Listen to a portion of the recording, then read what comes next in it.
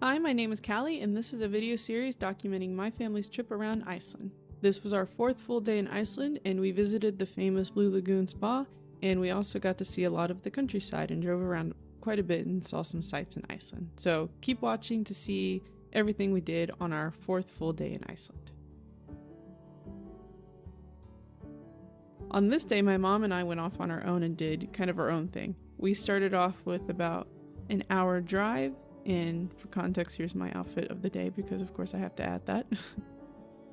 And our destination was the Blue Lagoon spa. This is a very famous, viral, you could say, spa in Iceland.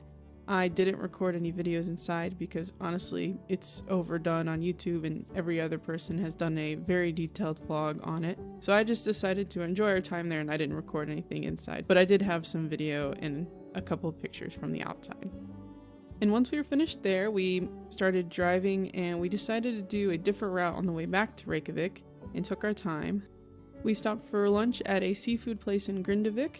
Very good, highly recommend it. And then we continued driving on. We went along the coast, just took in all the mountain range views and beautiful scenery along the way.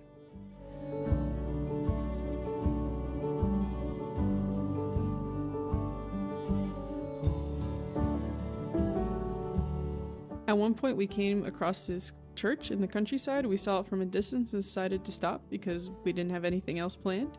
Great little church, beautiful on the inside.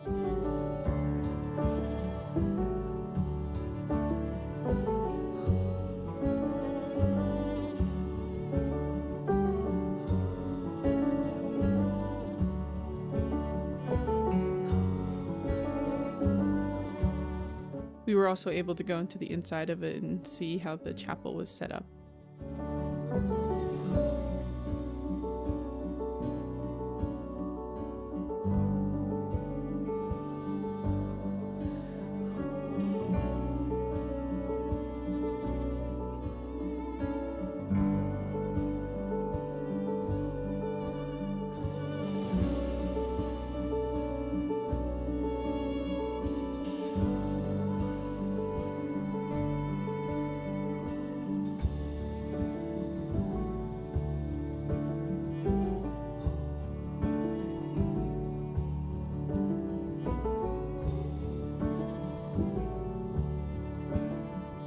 In general, it was just a really beautiful stop. We were able to walk around the church grounds and kind of explore.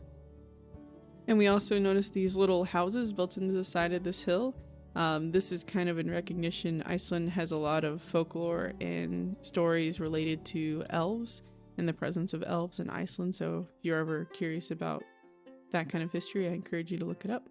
And then from there, we continued on our drive. We did have a little surprise encounter along the way back. At one point, it looked like it was going to be a construction zone. What ended up happening was the entire road was ripped up and it was just a gravel road for about 2 miles with no warning. So that was a fun little adventure. I thought we were taking the wrong road there for a little bit. Eventually, we made it back to Reykjavik in the late afternoon hours. We met back up with my grandfather and we decided to get dinner at a famous hot dog stand. Iceland is known for their Icelandic style hot dogs. The traditional way to get a hot dog at this stand is to get it with crispy onions, sweet mustard, raw onion, ketchup, and romalade. Fun random fact, Bill Clinton actually stopped at this hot dog stand while he was visiting Reykjavik in 2004. And of course afterwards he had to get some gelato for dessert.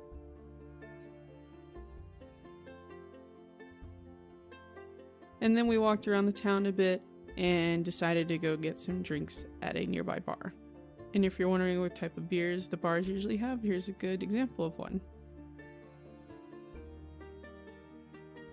I also wanted to mail a postcard this day, and if you're ever curious and you want to mail a postcard too while in Iceland, just look for these red boxes, usually on walls or on poles throughout the cities, and you can put an international stamp on your postcard and drop your postcard in there. After we finished our drinks and I dropped off my postcard, we decided to head over to a famous street in Reykjavik called Rainbow Street. This is a rainbow painted street that is located at the opposite end of where the Hallgrímskirkja church is at.